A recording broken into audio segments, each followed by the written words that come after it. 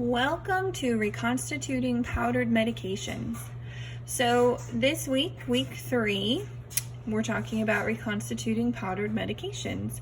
So there are times when a medication is going to come in a vial full of powder, and it's up to us to make that powder a liquid, and that's called reconstituting. I like to think of it as kind of when you make hot chocolate, hot cocoa. It comes as a powder. You read the directions on the box to see how much water or milk you should add. You add it, you stir it up, and then it's a delicious drink. So we're essentially doing the same thing.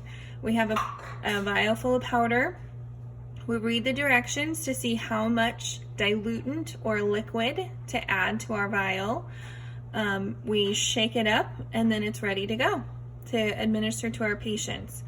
One of the hardest things about these problems is figuring out what information is needed and what information is not needed. So let's look at practice question number 1 from your resource book. So ordered, we have ampicillin 500 milligrams IM every 6 hours. So we're going to give this as an injection. We never inject powder into anybody, so it's going to be a liquid.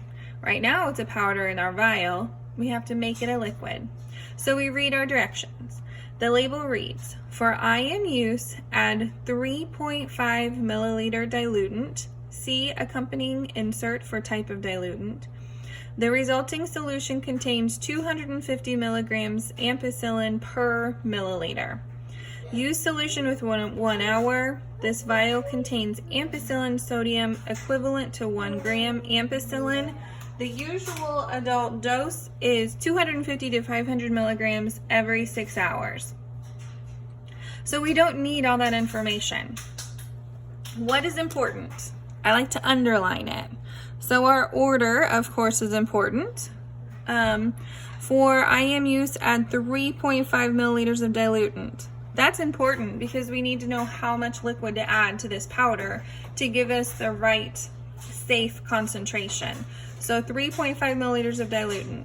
Our resulting solution. So once we've added our liquid, we've shaken it up, what are we left with? We are left with 250 milligrams of ampicillin per milliliter.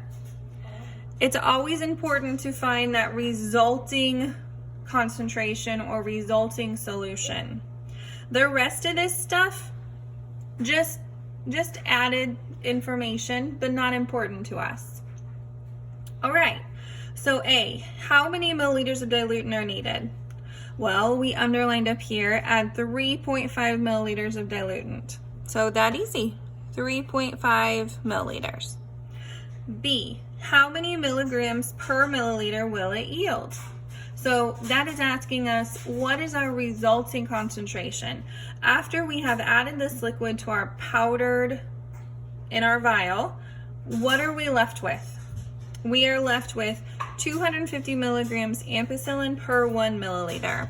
So we're going to say 250 milligrams per 1 milliliter. And C, how many milliliters will you give? So we learned last week, anytime you see the question, how much are you going to give? You're either going to use D over H equation or D over H times Q. In this case, we're going to use D over H times Q because this is a liquid. We have milliliters involved. So we're going to use D over H times Q. What is our doctor's order? We have up here, our doctor's order is 500 milligrams. What's our dose on hand? Our dose on hand is our resulting concentration. It's once we have made that powder a liquid, it's the concentration now available in our vial. So our resulting concentration is 250 milligrams. And remember, our Q is milliliters, and we have 1 milliliter. We don't need to change our 500 into anything because we have milligrams for doctor's order and our dose available. So we're just going to take 500 divided by 250 times 1. which gives us 2. 500 divided by 250 times 1. We still have 2.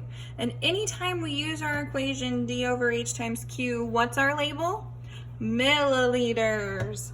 So we're going to have milliliters.